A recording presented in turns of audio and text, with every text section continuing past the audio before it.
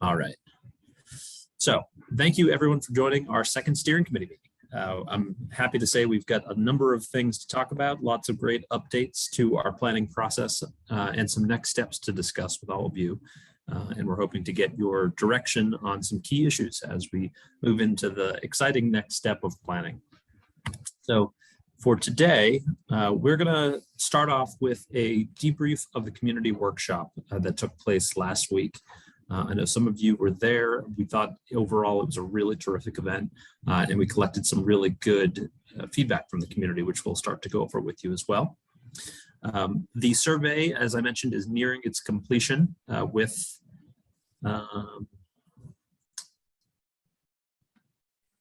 yes, okay, sorry, just making sure that was recording. I didn't see that it was. With 800 plus responses at this point, we've got a really good sense of sort of where the results are going. There's still 2 more days to collect them and we will re-export the results, but we've started to collect some of those and we're going to walk through what we're learning. Chris? Yes. This is Susan Smith. Where is that survey posted now? It's available on the planning website that we've been using to capture kind of the entire process. It's an online survey. Okay. So I sent out links as well as some flyer material that has a QR code and the link to the CMAP Engage HQ platform. Okay. Then what we're going to do is just discuss some of the outreach and the community outreach and engagement strategies we've been using so far, just try to understand how successful those have been going and where there may be some opportunities to improve our communication with the community. Last time we met, we introduced the existing conditions report and I sent along a link to the draft that we have. We've made some updates to that since then, receiving comments from the village and from CMAP. So we're in the process of integrating all that. We'll just do a quick spin through where that stands today and we'll invite you all to deliver any final comments as we wrap up that deliverable. And then we're going to discuss the next major phase of work that we're going to engage in as part of the comprehensive plan process, which is the key recommendations stage. And we've got an exercise to hopefully engage some of you in discussion about what that can look like. Then we'll quickly go over some of the next steps in the process. Any questions on that? We'll also have a period at the end just to answer any questions you have about anything we've discussed today or anything else you want to discuss while we have your time today. All right, so jumping right in, let's talk a little bit about the community workshop. As I mentioned, that took place a week ago today. We invite the community in from 6 to 7:30 at the public library. We had a pretty good showing, but actually the larger design workshop team made a full day of it. We conducted a community tour. Manisha called myself, Brian, our project manager, who is on PTO today, so he's unable to join our call, and Maddie Clark, who is helping our team with a great number of tasks. So we got our vehicles, we came out to the village, and we had fortunately a really beautiful day. We were able to collect some great photography and able to traverse the community to see all the different neighborhoods, commercial centers, and the industrial areas, everything that the community kind of has to offer. We hope to do this again when there's some better foliage on the trees, which will allow us to get even better photography than what we've been able to capture so far. But I think just having our team there and getting a sense of the quality of the places here and what the kind of makeup and composition of the village is has been really helpful to our understanding of the existing conditions and preparing us better for planning proactively ahead. So you can see in the yellow here what our path was. As I mentioned, we were able to collect a great diverse range of photography for this, which you'll see sprinkled through our efforts from here on out, as well as in the existing conditions report, just to describe a little bit better what the makeup of the community is today. So the public meeting, you can see a photo of it here. We met in the library's meeting space. We had Walter open us up with a great welcome. Manisha walked through some of the components of the comprehensive plan process, helping folks understand exactly what to expect from this process and ways in which they can engage.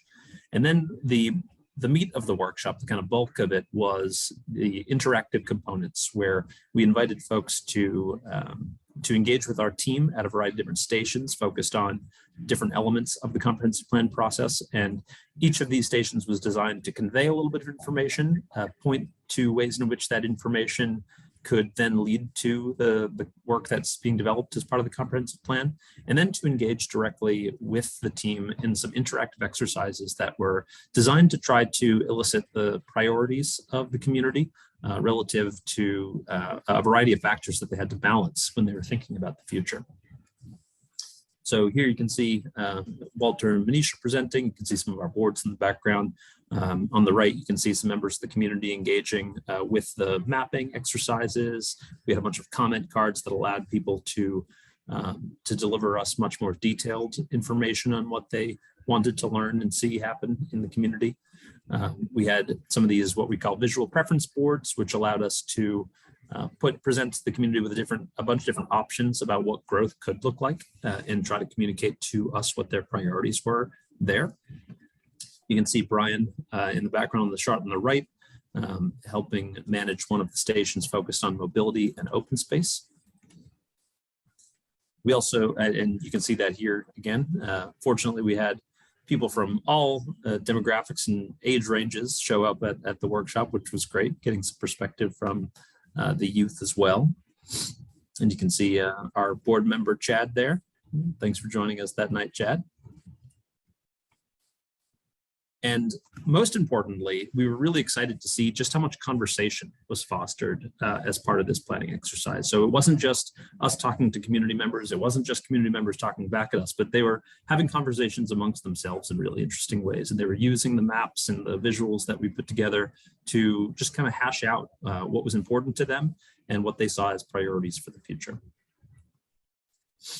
So we wanted to walk you through some of the results that we saw as part of that workshop. We've started to synthesize it, and we're going to report this in the existing conditions and really use this as an opportunity to guide the next steps of work as we assemble key recommendations and the specific guidance that the plan will publish. So one of our first exercises that you can see here was called Grow, Change, Enhance, and Preserve. And using the star stickers that you may remember from grade school, we asked folks to help us understand where their preferences were relative to the change that we're anticipating taking shape over the next several decades. So the projections that we've assembled as part of this process show that the community could grow to about double its size between now and 2050, roughly the time period that this comprehensive plan is governing. And so we introduced that concept to the community and asked them, where do you think that growth should take place? And then on the flip side of that question, in consideration that growth is going to happen here, where should we pay particular attention to make sure that we are preserving what is great already, and in some cases conserving areas that really should be free of development entirely? So we broke that down into these 5 kind of star colors and asked people to place gold stars where they thought residential growth was appropriate, red stars where commercial and retail growth should happen, in silver stars where industrial growth is appropriate, and then using the blue and green stars helping us understand what should be enhanced but not kind of fundamentally changed, and then green where we should prioritize conservation and preservation. So as you can see here, there's some patterns emerging from this, and we'll articulate all of this in our work moving forward, but there's some clear consensus on where commercial growth is appropriate. There's some very specific areas where people are starting to cluster some of the yellow stars for residential growth. There's a lot of consensus about the areas that should be preserved. Of course, these wonderful forest preserves to the north, but also some of the natural resources like the streams and creeks that run through the village. And interestingly, some consensus emerging as well on where industrial growth might make sense.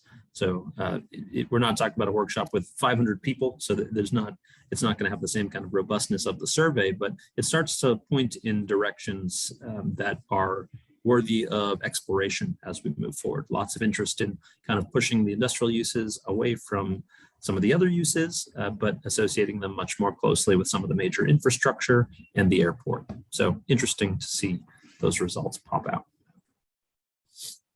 We also asked folks to help us understand what kind of development they wanted to see take shape in the community if growth is to occur. So these 2 visual preference boards are designed to show people the different options for the growth that could take place. If you're looking at the left-hand board, we asked people if retail and commercial growth was to come to Sugar Grove, what should it look like? We presented these 5 options, the most dense and kind of urban in character being at the top, and the least dense, more suburban, more kind of typical for this area of the region at the bottom. And then on the left, you can see we put these kind of trade-off bars, as we were calling them, that help people understand what the implications of the decisions that they're making might be. So some options are much better in terms of land consumption, some are much better in terms of walkability, in terms of leasing and consumer demand. There's some trade-offs associated with that. So you can see we've summarized in these blue numbers here what the results are from folks. Each person was given 12 of these little dots to distribute as they'd like across these boards. You can see the clear preference in the retail and commercial category was for denser, more walkable, more kind of experiential kinds of retail. So everything from mixed use retail, where retail is situated at the bottom of a development that maybe has office or residential up top. The most popular option was this kind of main street retail, which is typically, fairly dense, very walkable streets, but more or less single use, at least prioritizing the kind of development that takes place there. So probably more low-lying than you'd see with mixed use. And there was some interest, but not a lot, in the products that we've seen develop over the last several decades, including strip mall and big box suburban shopping centers. On the residential side, things took a little bit of a different direction. The results were a bit more scattered across. The housing options that we presented to folks were, again, with the highest density at the top, going down to the lowest density. We've similarly got these bars on the left that are trying to explain the kind of trade-offs of what you may see with each of these development types. And here, folks really kind of ran the gamut of what they thought was appropriate for the village. For the most part, interest was categorized around the single family and then down to townhomes, a little less interest in the larger mid-scaled mixed use multifamily, but good to see that there was enthusiasm for a variety of different types of products moving forward. That was the Grow and Change station. So the first one focused on growth. The second station we assembled was focused on mobility and park spaces.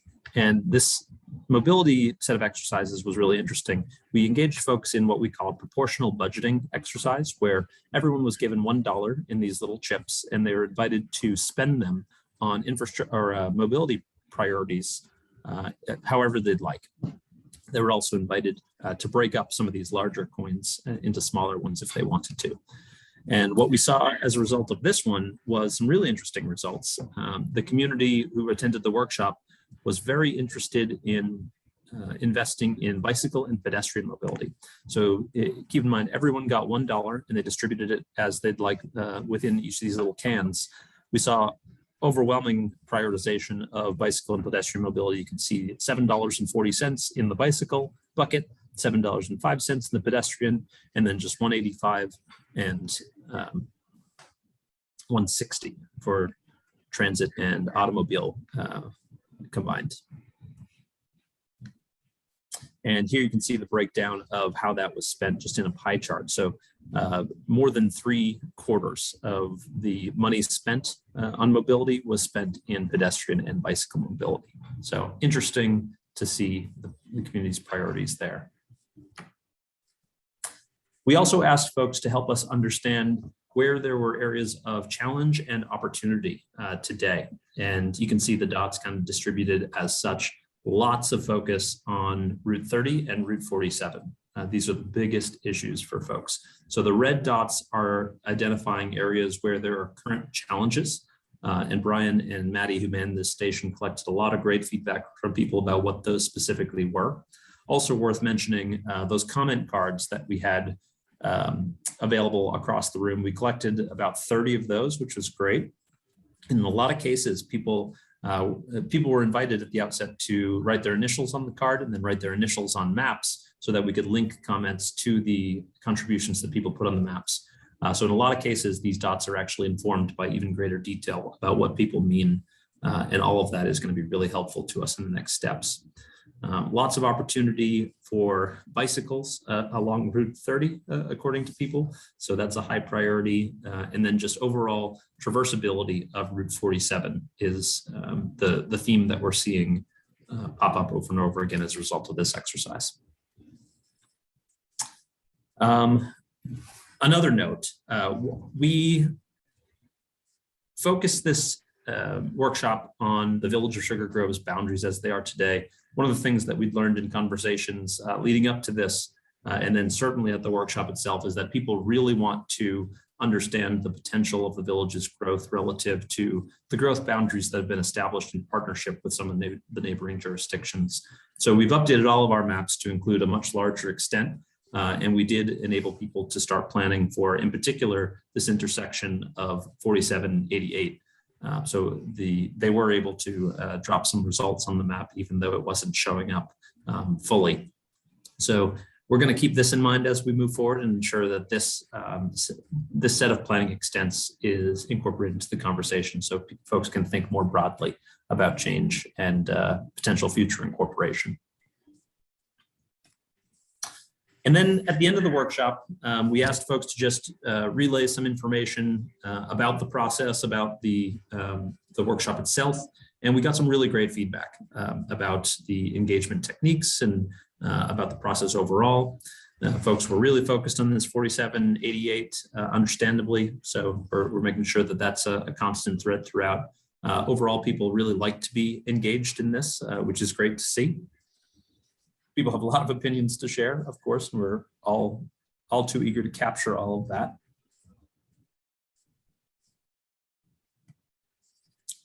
In terms of priorities for the comprehensive plan, what they want to see the plan provide some guidance on, we saw a lot about this idea of just more diversity in terms of the things that could come to Sugar Grove.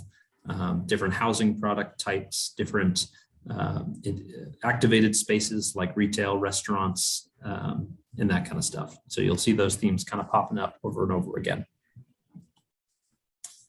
We asked people what they were most excited for relative to Sugar Grove's future, and we got some good results from a little word cloud here. So you can see things like entertainment, smart growth, sustainability, and destination all pop out here. These are things that are high priorities for folks, and you'll notice there's a few different versions of these words too. So you can only expect that these will grow if they were kind of combined. And then we asked them what they think we need to talk more about as the planning process progresses. And we heard some interesting things. In a lot of the conversations I was having with folks, this topic of balance came up a lot, recognizing that there's different constituencies within the village and different priorities for what growth should look like, something that pushes on all fronts and tries to create spaces for all different types is good. Smart growth became a big topic of discussion as well. Youth and education, preservation, enhancement of green spaces, all that kind of stuff. So great to see all of this. And this is really just the start of the process of collecting and synthesizing this feedback into our process. Any questions on the community workshop before we move on to some of the survey results? All right. So as I mentioned, the survey has been a great success. At this moment, we have recorded 883 responses. This was as of about 45 minutes ago. So it's possible that there's been some more even since then. They do continue to come in, certainly a slower trickle than when the first mailer and advertisements went out. But already this is hugely, hugely successful. Even if we were to collect a single other response, we have a lot to work off of here.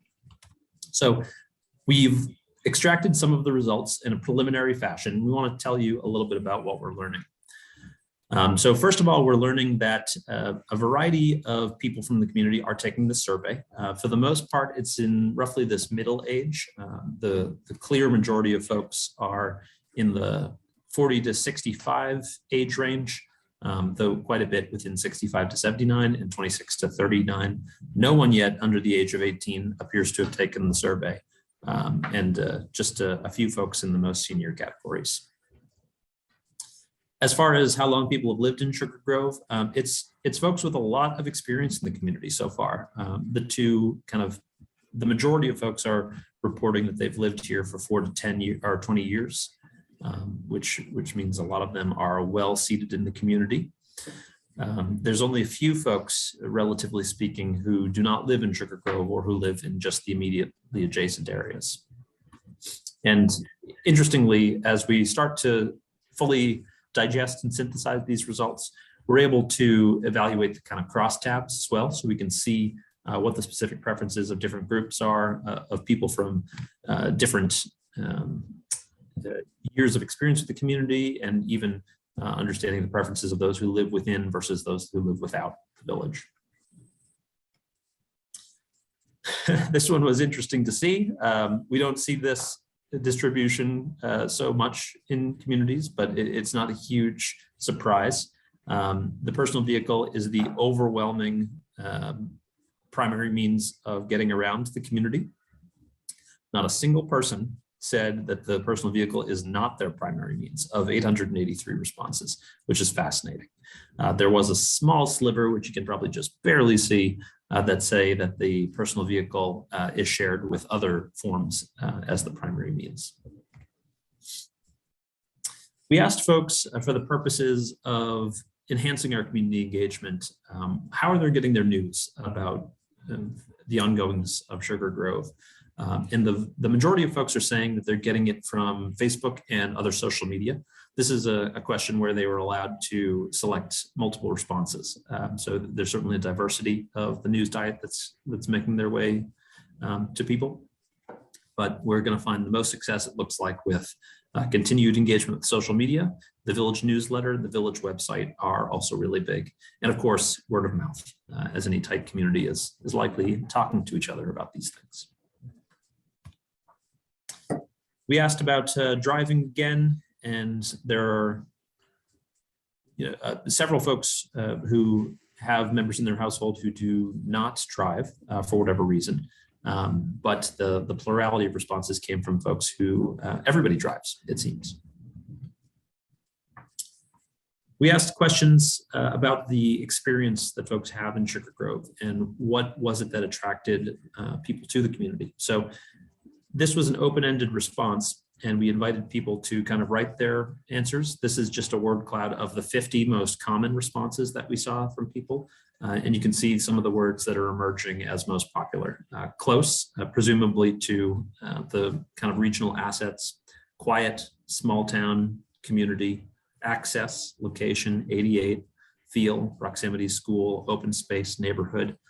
So a picture starts to emerge of what it is that people find enticing about Sugar Grove.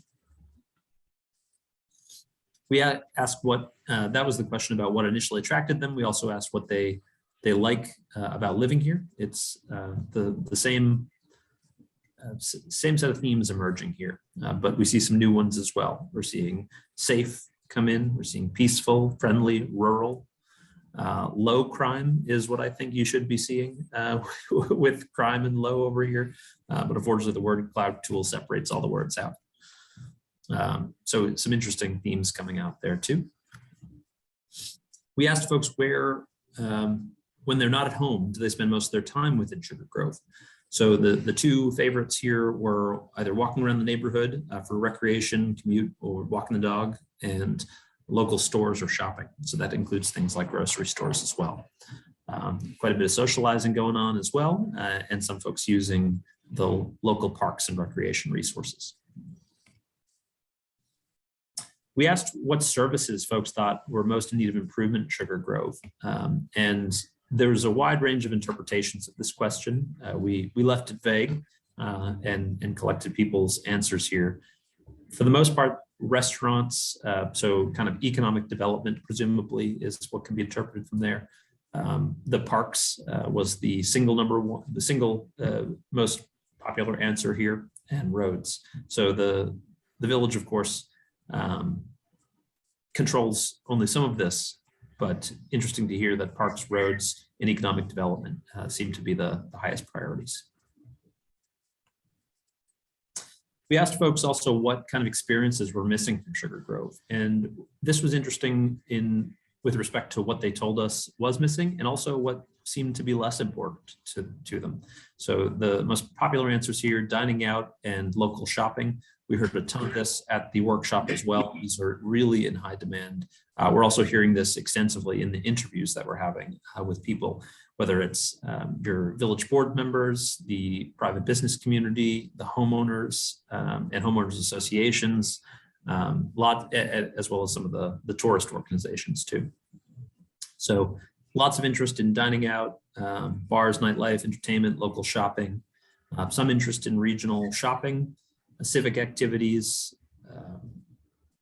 civic events, some recreation, much less popular, denser housing, employment in the form of industrial and office uses, and community education, as well as, sorry, there's some overlapping happening in our list here. But those are less popular than some of the other options. So this is a word cloud that basically tells the same story about what separates Sugar Grove from the rest of the region. So the small town feel, community, and access. We asked about the biggest problems facing Sugar Grove, and you can see which bars emerge with the strongest results here. Lack of recreation resources and programs was number one by quite a bit. Folks did provide a lot of insight on the other option here as well. And then growth was an issue that folks saw as a potential problem for the community. Other things like availability of local services and resources, the business environment, and resident attraction and retention were also interesting themes emerging from this. Interestingly, some of the issues that were not prioritized include personal safety issues, environmental quality such as air and water, lack of mobility, access, and options. Folks don't see these as some of the biggest problems. Threats to the future. Interestingly, too much growth and too little growth were near neck and neck, which kind of highlights the diversity of opinion that exists within the community today. Beyond that, inability to meet the needs of emerging populations was a really big concern. Inability to get around without driving. So interestingly, some of these questions are kind of contradicting each other, but it suggests there's a lot of importance in the way that you word these questions. I have a question, Chris. Sure. I know you have not finished. This was a high-level view of the survey questions. I'd be curious to see if you match the age ranges of too much growth and too little growth, the overlap to see where is it the folks that have been here for 21 years are saying, hey, too much growth, and is the folks that have moved in somewhat younger, 1 to 3 years, are saying not enough growth. So I'd be curious to see how that shakes out over the course of your diving into the data. Absolutely. A fantastic question, something we're asking ourselves as well. I'm trying to stay patient and not peek at those crosstabs yet, but we're really excited when the survey finally closes to start making some of those associations ourselves. And that's exactly what we intend to do. Let's see, what important components of creating community does Sugar Grove lack today? Restaurants and bars, clearly. We're seeing over and over again, this is something that people want within their community, and they want to make the kind of investments needed to make it happen. Along the same lines, we're seeing local retail and cafes. And then interestingly, outdoor gathering spaces and indoor recreation spaces are really important for folks as well. Do you feel safe walking, driving, and biking around Sugar Grove? Overall, people feel pretty safe. Less so with some means of mobility. Biking is still the lowest among the very safe and the highest among the very unsafe, which is understandable with a lack of infrastructure today. Overall, people feel driving is pretty safe in the community, and walking is pretty safe as well.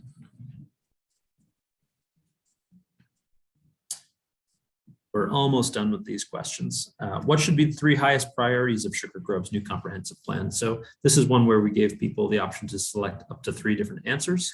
And we're seeing the top 3 that emerge are making or keeping Sugar Grove more attractive to people of all ages, strengthening and enhancing the local business climate, and protecting the natural environment.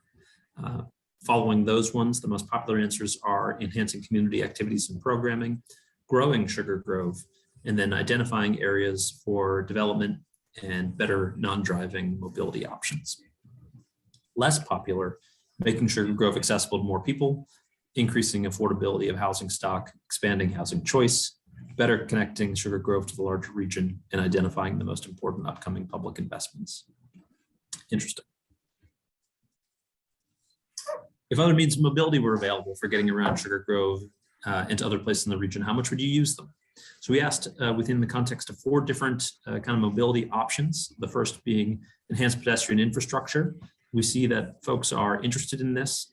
There's quite a spread showing up here with these red bars, but some people are saying somewhat frequently, some people are saying very frequently, and to a lesser extent, not very much.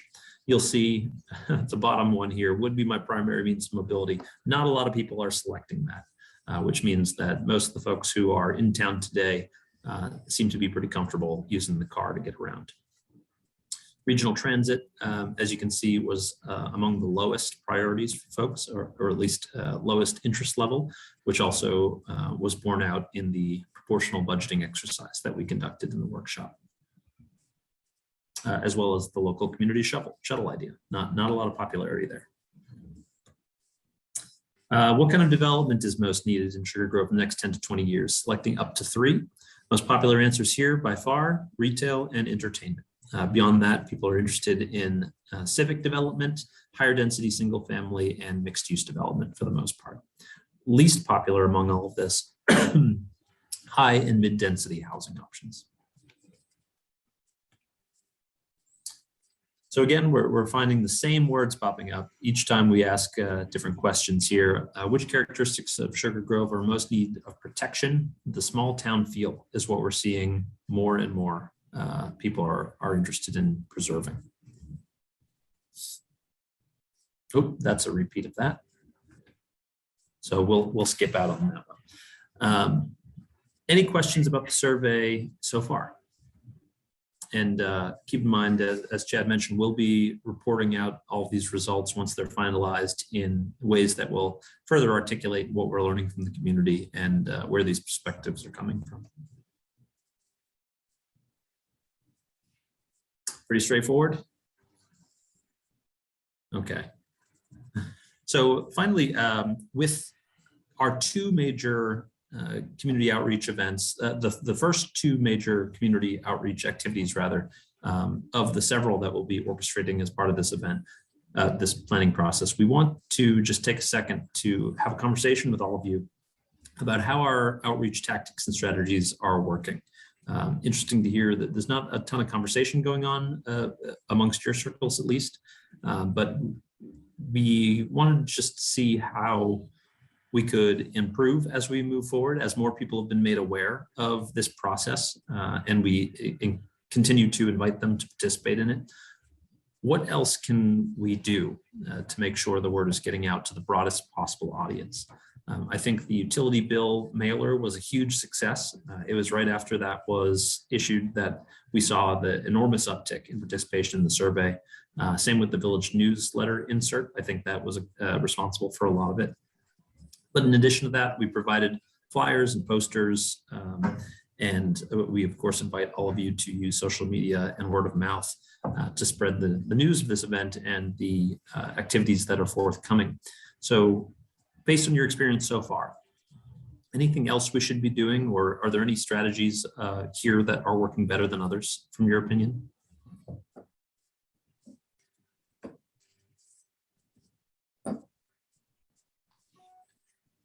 I can't think of any other way to get, other than mail, and word of mouth is probably the only other option. Mm-hmm. Maybe the churches. Churches, yeah, that's great.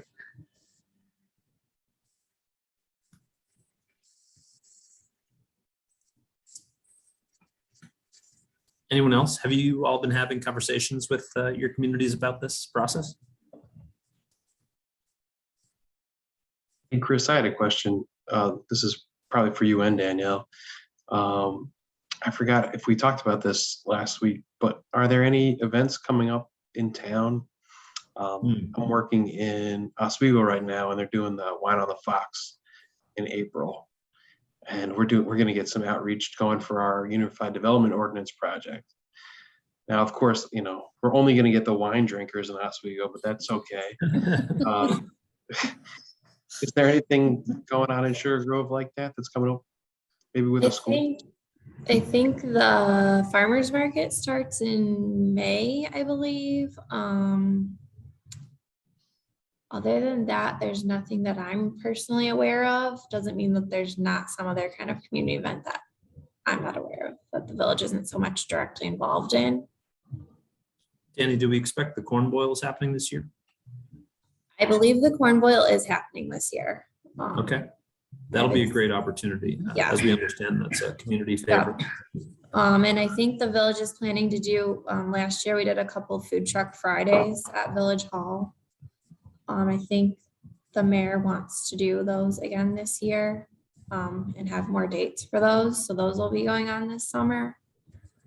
I think they're planning maybe one Friday a month, but I'm not sure dates or anything yet for that stuff. Yeah, that would be great for us to have a presence at. Mhm. We also have a golf tournament coming up in September. Thank you. Great. The big one. Yeah, Is it's that an international, what you would call a PGA event, although it's the new league that was formed by Greg Norman. Is that going to be at Bliss Woods or the Rich property? Rich Harvest Farms. Okay. Yeah. Yeah. Great. These are all great, and certainly something we are excited to attend if possible, and get some comprehensive plan materials inserted into. And Danny, how often do these village newsletters go out?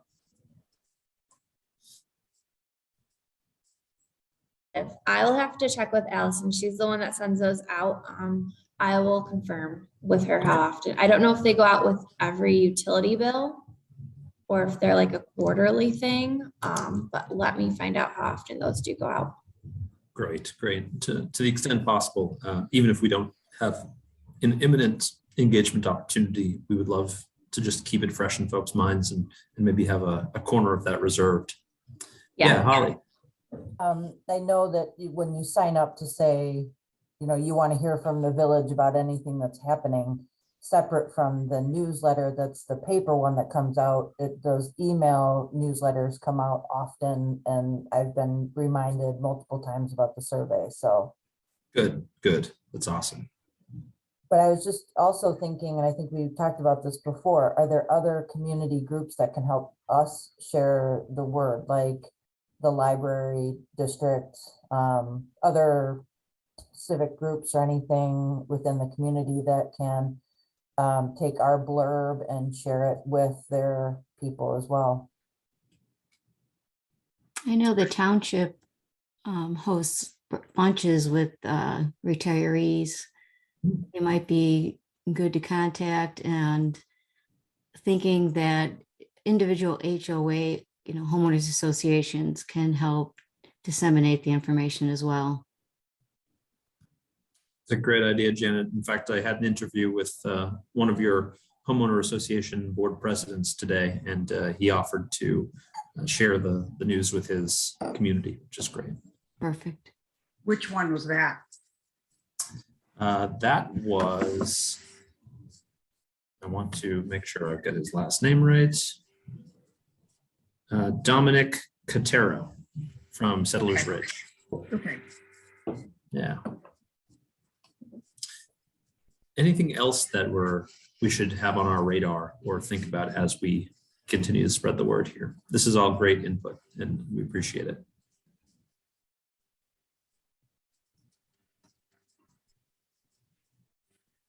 All right. Well, you have my email address. By all means, no need to wait for these meetings to convey any information or advice that you have for our team. Feel free to reach out, and we look forward to hearing from you. So moving on from that, I wanted to take just a minute to reintroduce you to the existing conditions report.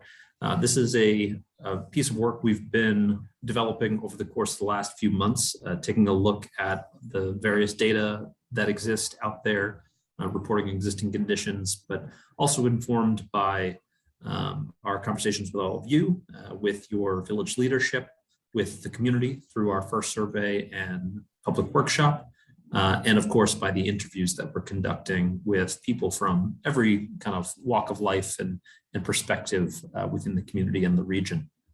So what I wanted to do is just kind of show you where things stand now, reorient you to the document quickly, and that will hopefully refresh your minds as to where things stand. So we delivered this to CMAP and the village several weeks ago and received some great comments from them already, which have been largely pushed through. And we've delivered the draft as it stood back then to all of you following our last steering committee meeting. You can find the link to that in an email, and I'll refresh your memories with another email at the end of this conversation. But the report itself is organized into 6 broad chapters here. The first, just a general overview of the community, describing its context and condition within the region. We focus then on transportation, environmental systems, housing, economic development, and water resources. The latter of which our friends at CMAP did a terrific job assembling a great technical report with some important information thinking about the future of water in the community. So this reflects some of the latest mapping that we've done, understanding better the kind of constraints that are interesting to the community and important for them to consider as they start to plan for the future. Excuse me. You can see our latest extents map here. The village is more or less subtly outlined with this red outline. We're capturing now the area of the 88 and 47 interchange and Main Street, some of the resources beyond that as well. And our mapping is reflecting the latest data layers we were able to collect. So this is a really important document for us as we start to just understand the present condition that we're building off of with this, this comprehensive plan. And you can see a number of interesting ways of slicing the data and coming to some conclusions about the community's existing composition. So when it comes to things like mobility, we're taking a close look at the regional connectivity of the village to the larger Chicagoland region and some of the neighboring cities and communities. We're thinking about some of the trouble points with respect to pedestrian and bicycle networks. We're looking as well at the utilization of these resources. So things like the average daily traffic volumes and vehicular crashes that are taking place within your infrastructure network. We've recently acquired the latest bicycle network data, which is exciting to see, both in terms of the existing connections that exist and some of the planned future ones. And we've also started to identify traffic stress, which is really interesting from the perspective of a cyclist, what may keep them off of the roads and resources that you do have. Looking at environmental systems, trying to think about the impact that climate and ecosystems will have on the community. And all of this will go not only to build a baseline understanding of the community, but also to then inform the recommendations that we'll make as part of the planning process. Taking a close look at parks and open spaces, ecological value.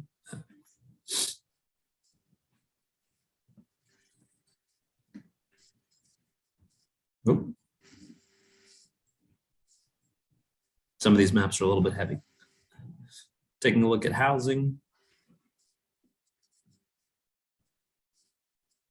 Breaking it down by households and housing stock, both in terms of what exists today, and our market analysis team helped us uncover the latest data associated with growth projections. So it tells us not only how many people we should expect to come in the future in the next couple of decades, but what consequence that will have on the existing housing supply and what the needs will be for future housing demand based on projected household sizes and changes that are taking shape in that respect. Overall, we're seeing higher demand for lower unit count houses and higher unit count houses as well. So there's going to be kind of a fundamental change in the average household size and the need for different products to be built. Starting to understand the characteristics of the community as well. And all of this is just to help orient you to this document. You have access to the previous draft. You'll have access to this draft later today as well. Looking at the economy, trying to understand the existing makeup of employment and businesses within the region. Within the village, in the context of the region. And then we'll add the water supply information that we have from CMAP in here as well. So that's more or less where the document stands for that. And our plan is to reissue this draft to all of you, give you the course of this week to register any comments. I don't think we received any comments from the steering committee yet, which is fine if you don't have any comments about the existing condition of the place. But if you do, we'd be happy to receive it. And this should say on Friday 4/1. That's when that's getting delivered to CMAP and to the village. So keep that in mind. If you do have any comments to send along, if you can get them to us by the end of this week, that would be terrific. Any questions on the existing conditions report? Fully understanding that you may not have gotten into the details yet.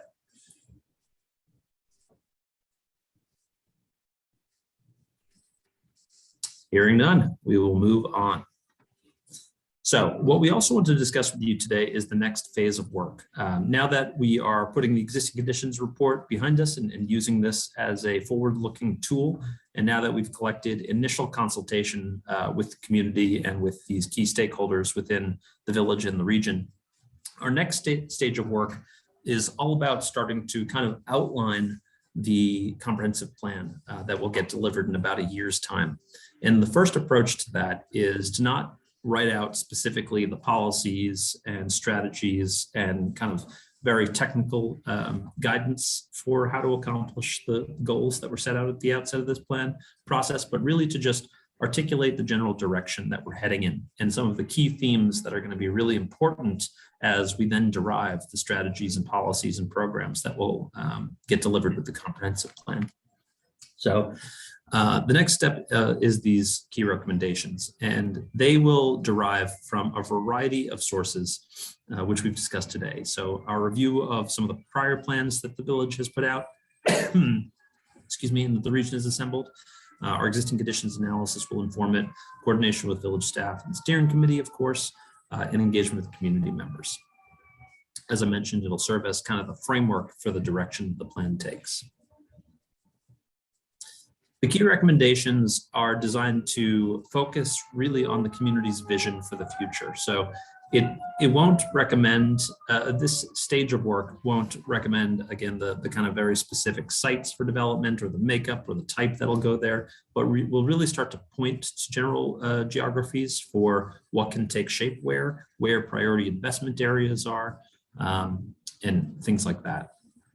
We're going to organize these key recommendations under major themes for the most part. So the themes of mobility, economic development, recreation will start to guide some of the key recommendations. And we'll establish the areas of the village where growth and change is to take place versus preservation and conservation. And the intent of this will also be to, as we mentioned prior, balance the different interests that exist within the village. So we want to make sure everyone feels heard as part of this process, and we want to make sure that there's specific guidance to tackle all of the different priorities that exist. Now, often those will come in conflict with each other, and this process is meant to try to iron that out to the best of our ability. But at the same time, there's opportunity. Since the community is not looking to grow from 10,000 to 100,000 tomorrow, there's opportunity to balance some of these out. We're going to be looking for opportunities to integrate themes of environmental and economic sustainability throughout this entire set of recommendations. So those won't be necessarily standalone recommendations or kind of confined to their area. They'll really try to be integrated into everything we're thinking about as we plan for investments and the kind of phasing of the changes that we think make sense for the village. And we're also going to look to these recommendations to help us start the conversation of how to reconcile our goals for growth with the physical limitations of the place of the village itself. So we know that there are utility limitations. We know that there are some access limitations, obviously ownership and TIF agreements in place already.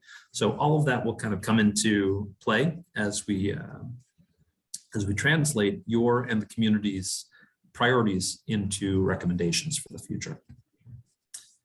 So to give you some examples of how prior communities have started to talk about these key recommendations, and these are just the headlines of the recommendations, but they should give you a sense of kind of the scale and depth of this stage of work.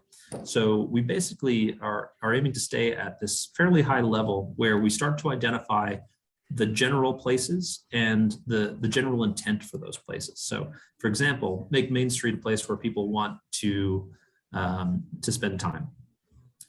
That key recommendation is a starting place for a larger conversation about the how, what, and where that will come as a result next time. And by putting that recommendation forth at this stage, we can vet it with all of you, with your village leadership, and with the community to make sure that this is something that they are invested in. And this is something that is going to be inspired by the work they've already done to identify those places and priorities. A second one might be create accessible housing that meets the needs of current and future residents. Preserve the village's history. Develop long-term cost-effective strategies for funding infrastructure. Pursue compact development and support the area's agricultural sector. So again, these are just examples from recent comprehensive planning efforts in similar places, but they should help you understand the kind of scale of what our task is here. Any questions about this and how this works? Chris, as you present the plan, and this may be a future slide, I recognize, will it be broken down by a time frame? So we recommend in the first 1 to 3 years, this is the focus, and then build out different segments from there? Or is it presented as a holistic and then there for the village to determine where they want to spend their maybe beginning, middle, and ending? Yeah, great question. So the comprehensive planning process can differ a lot on that, depending on the community and the level of detail that they want to get into.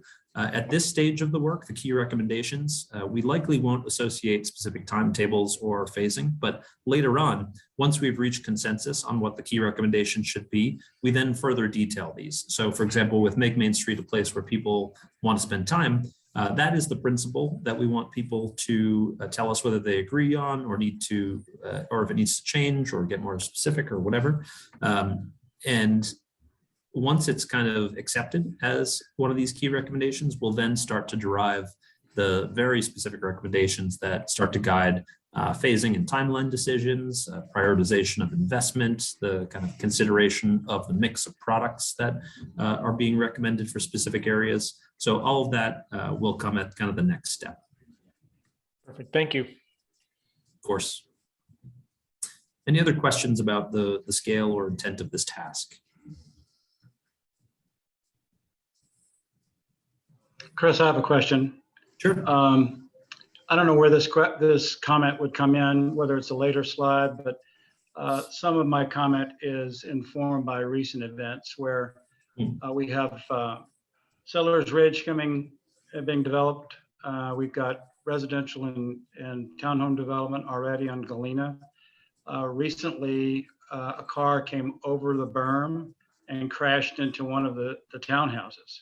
Oh, wow. So I'd like to find out where the village goes to talk to somebody about safety. I was also struck by everybody's using personal vehicles to get around instead of walking. I'm pretty sure that's by kind of a decision based on somewhat on safety, which was on one of the slides, slide number 9. Where do we get the state involved with setting speed limits? Maybe some crash abatement walls or noise abatement walls. I think noise is going to become a bigger issue as we move forward. And I'll put all this into comments, but this only happened about 10 days ago. So it was really a violent crash into one of the homes here, which left about 6 people homeless for a while.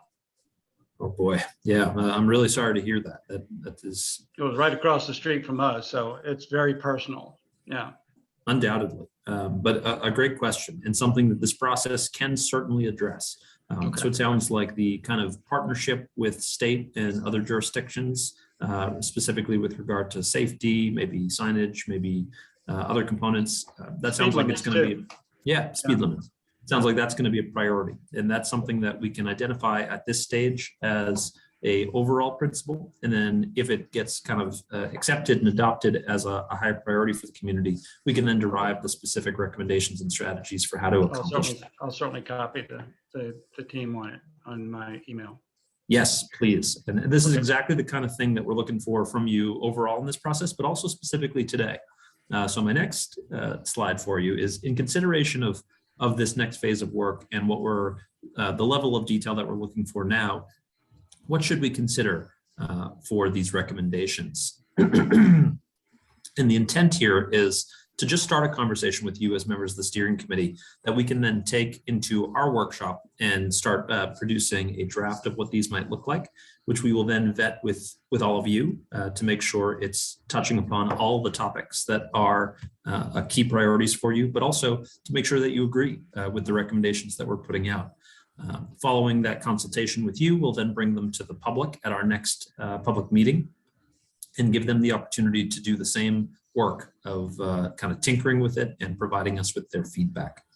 So in consideration of what I've laid out so far, and also in consideration of Mike's great comment there, what do you think should be some of our recommendations? And immediately, Mike, I can pull from your comment that this partnership and in dialogue with these state and other partners about safety and speed limits is going to be a recommendation, or maybe something more broad that can fit underneath. And along with that, I'd like to see as part of the draft, not only just a 20-year plan, but we've got to start somewhere. So what are some of the near-term actions that maybe don't cost a lot? What's the timeline on that? So yeah, thanks. Absolutely. Yeah. Any other thoughts from folks about what we should be thinking about as draft? I think with the residents, we need to talk to them about where the money's going to come from to fund this plan. To fund the recommendations that come out of this plan. Yes, because the comment that I heard at the workshop 2 or 3 times was, there go our taxes. And is it all tax dollars? Is it from retail tax revenue? Where is it coming from? Yeah. So perhaps a recommendation that might come out of that is looking for a diversification of revenue sources.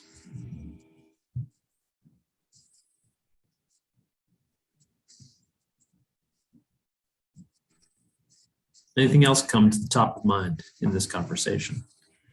I'm just thinking again, if one of the things that come out of this is that we need more residential growth or, which would help split the cost of all of this infrastructure changes or anything like that across the broader population. If additional retail will help with sales taxes or whatever, I would assume that all of our other partners would want to know that. Again, I think more as the community, not just as the village, but, the library, the school district, everybody would need to know that, because then they would all be serving more people as well. Great. I think to piggyback on that, you do have key stakeholders here. And again, in Sugar Grove, the roads are controlled by so many different entities. You've got the state, taking care of 47 and 30. You have the county on other roads, and then you have, as far as maintenance and everything, you've got the township roads. So those are stakeholders, and having that information put in to this existing, if we can identify in specific what roads are covered by who, I think that would be identifying, and I know you had touched on this earlier, but identifying exactly where the TIF districts exist, and within those parameters, what control do you have over those before as making recommendations? Great. That's a great point. And I'll have to check back to see if any of our existing conditions maps specifically denote the ownership of these roads, and if the TIF districts are showing up. But if not, we can add them in.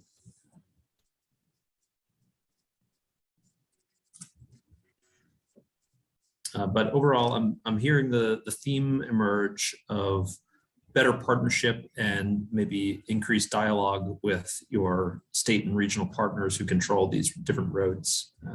And this is something we heard from some members of your village board as well when we interviewed them, that some of the complaints that they get from constituents are about these roads that aren't within the village's control. So just having a clearer sense of who owns what, who's responsible for what, and opening those channels of communication to make sure the village's priorities are being heard in those conversations. All good stuff.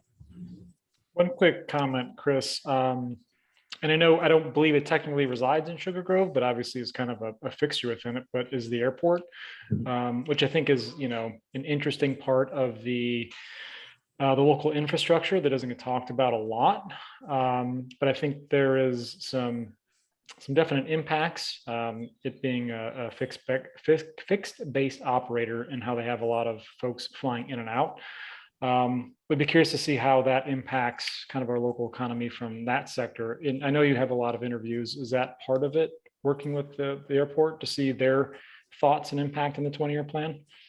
Yep, absolutely. One of our interviews is going to be scheduled with an airport employee as well as a member of the team that they brought on to help plan for their future. So it'll be valuable for us to dovetail our efforts. Thank you. Thank you. Any other thoughts on what should be some of our draft key recommendations at this stage? What kind of priorities should we put in front of the community and say, does this resonate with you? Does this warrant the kind of deep exploration we'll need to provide meaningful guidance? Chris, do you have any suggestions? I know this isn't the first time you've done one of these, obviously. So what at this stage are maybe some other communities have thought of at this point? Sure. Well, just kind of riffing off what the community has told us so far, I think certainly some of our recommendations will come from diversifying the land uses within the community, creating a greater supply of diverse housing choices, investing more in different means of mobility, whether that be through the village's own budget to the extent possible, or in partnership with some of the other operators and overlapping jurisdictions that control some of these rights of way.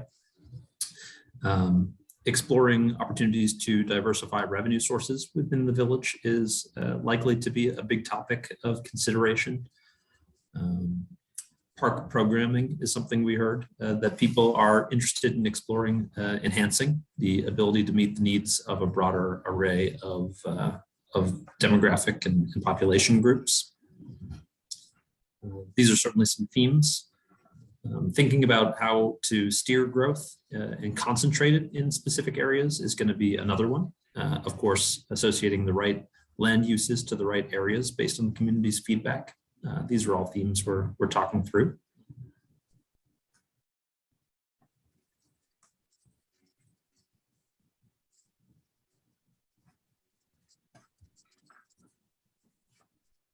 Anything else to consider here? And keep in mind, this is not your last time, your last chance to inform the direction of this. This is just the start of the conversation around key recommendations.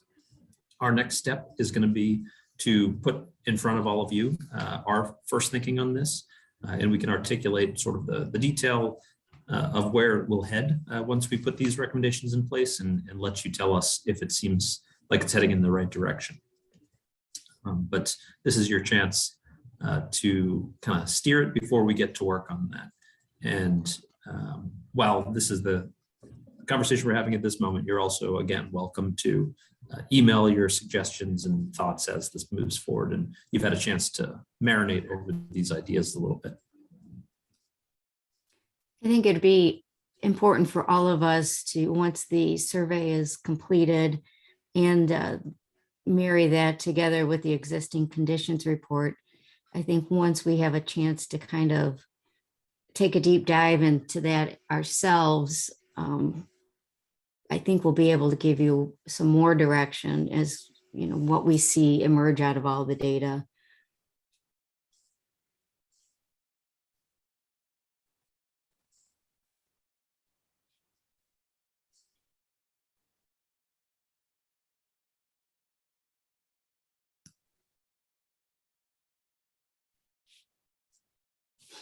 The internet go down?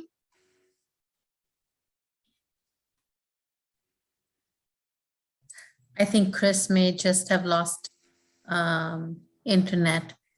So I'm the host. So, so now I have to speak. So yeah, we will, like Chris said, this is not the last time that you will get an opportunity to steer the recommendations portion. And the next time we meet, we're going to come with some key things that we heard. And of course, as soon as the community survey closes and we can get all that information, we will summarize that for you and send it over so that you can have that as a piece of reference as you're kind of talking through and, you know, sort of have a base understanding of what people are the key priorities for them. Hey, everybody. Sorry about that. My Wi-Fi cut out. Let me just connect this and we'll be good to go. Did I miss anything in the last minute? Nope. Okay. Well, again, apologies for that. We shouldn't be all good to go from here.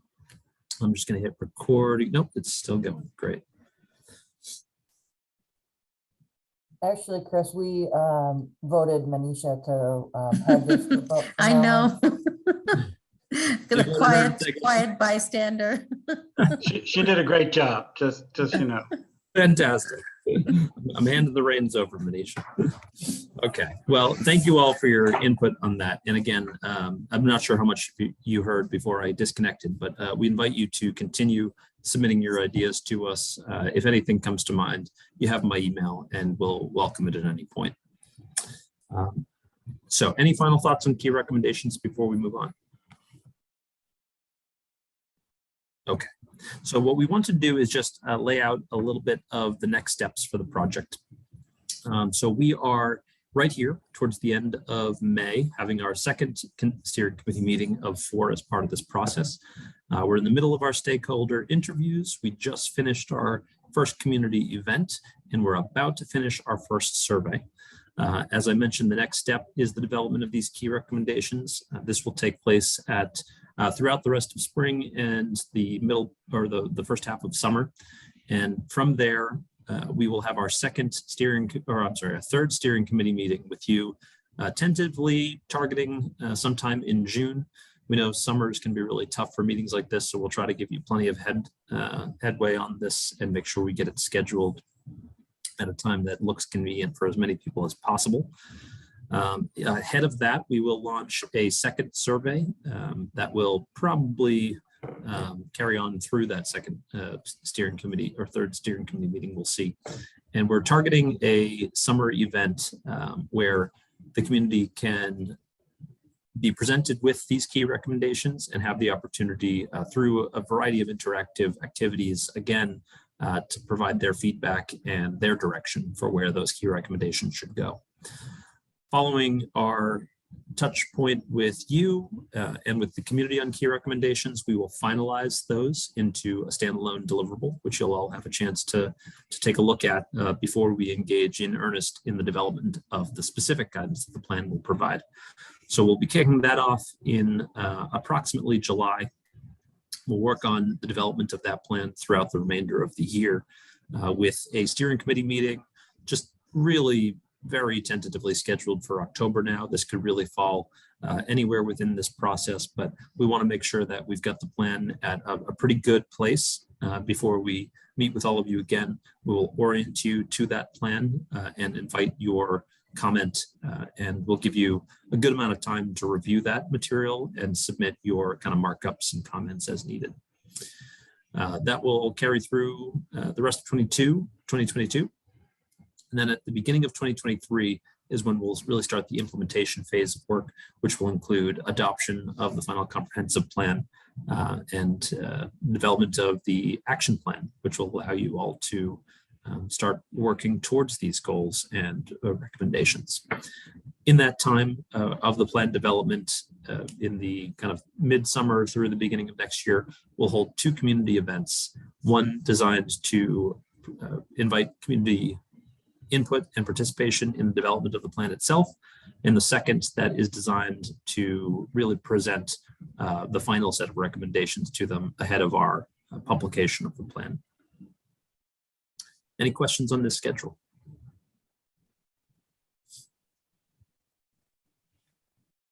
No? All right. Well, team, that is all we have for you today. We are happy to spend whatever time you have left within the next 15 minutes to answer any questions you have, or just have discussion about the process or any other elements of our work.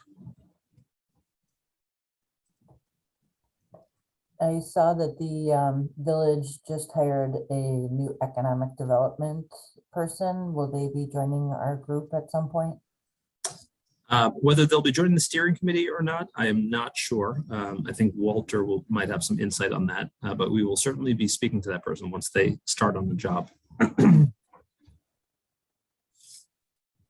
Yeah, and it's very exciting. We'd heard from the village board members of the process to get an economic development person involved, and we think that is a great first step towards achieving some of your goals for diversification, enhanced economic development within the village.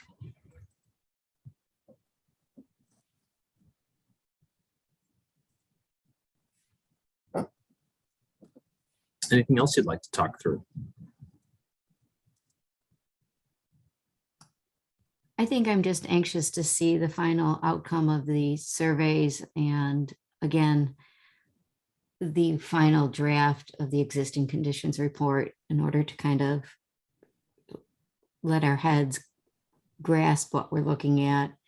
Yeah, absolutely. And Chris, while you were away, I mentioned that as soon as the survey closes, we will send a report out to them so that they could absorb that before our next meeting Sure. with recommendations. Mhm. Absolutely, we're happy to give you that. It's a great wealth of comments and contributions there. So I hope you all dedicate a day to it, and you can kind of get the full sense of what the community is reporting out. It's going to be fun synthesizing all that. All right, any other questions or thoughts?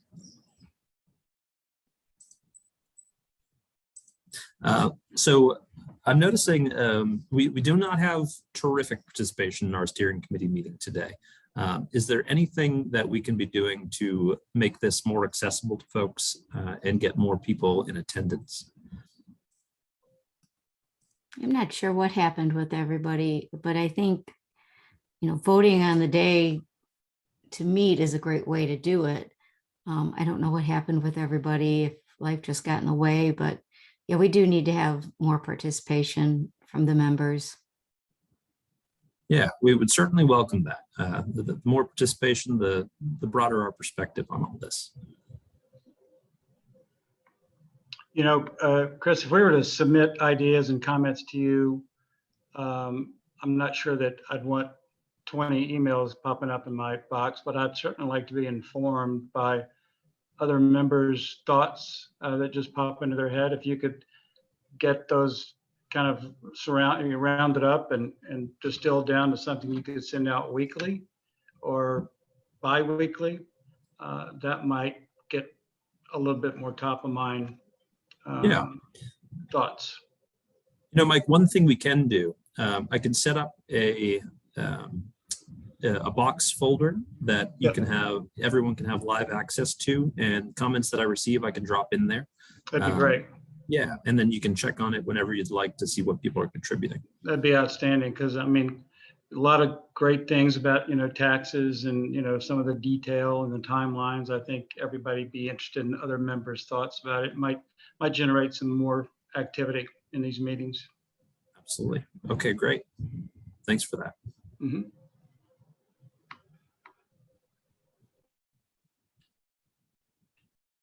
Anything else, folks?